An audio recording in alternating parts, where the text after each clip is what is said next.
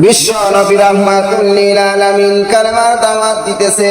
এমত অবস্থায় একজন জ্যোতিষীর কাছে গেলেন, এক ইহুদির কাছে গিয়ে বলতেছে, ইয়া ইহুদি, আল্লাহ পাক রব্বুল আলামিন আমাকে নবুয়ত দিয়েছেন, তুমি নবুয়তের দাওয়াত গ্রহণ করো।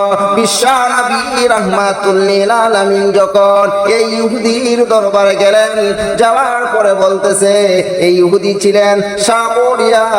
ওই সাপরিয়ার কাছে গিয়ে বলেন, আই সাপরিয়া, আল্লাহ রাব্বুল আলামিন আমাকে নবুয়ত দিয়েছেন, তুমি নবুয়তের দাওয়াত গ্রহণ করো।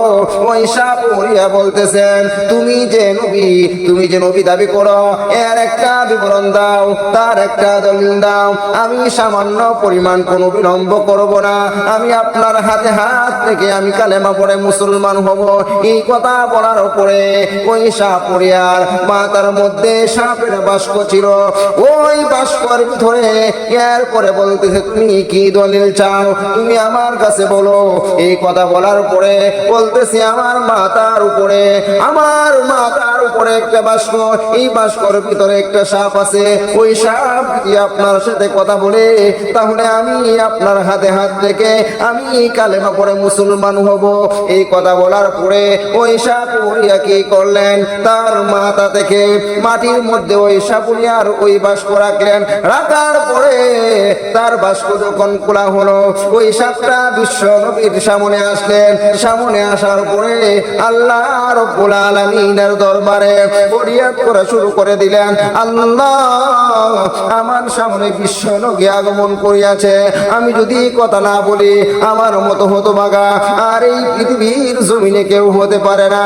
আল্লাহ রাব্বুল আলামিনের দরবারে যখন ওই সাপ ফরিয়াদ করা শুরু করলেন, আল্লাহ রাব্বুল আলামিন ওই সাপের জবান খুলে দিয়েছেন, মানুষের ভাষায় কথা বলা শুরু করে দিয়েছেন। ওই সাপ বলতেছে, আপনি আমার সাময়িক একজন মালিক হতে পারেন, কিন্তু আমার সামনে যেই ব্যক্তি দাঁড়ায় আছেন, উনা হলেন বিশ্ব নবী, উনা কুল কায়নাতের নবী, উনা আসমানের নবী, উনা জমিনের নবী, উনা পাহাড়ের নবী, এমন কি আমি সাপেরও নবী।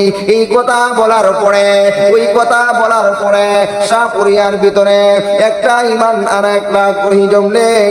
কিছুক্ষণ যখন বিশ্ব নবীর সাথে কথা বললেন, আল্লাহ রাব্বুল আলামিন তাকে হেদায়েতের মালা পরাইয়া দিয়েছেন, তিনি কালেমা পড়ে মুসলমান হয়ে গেছে।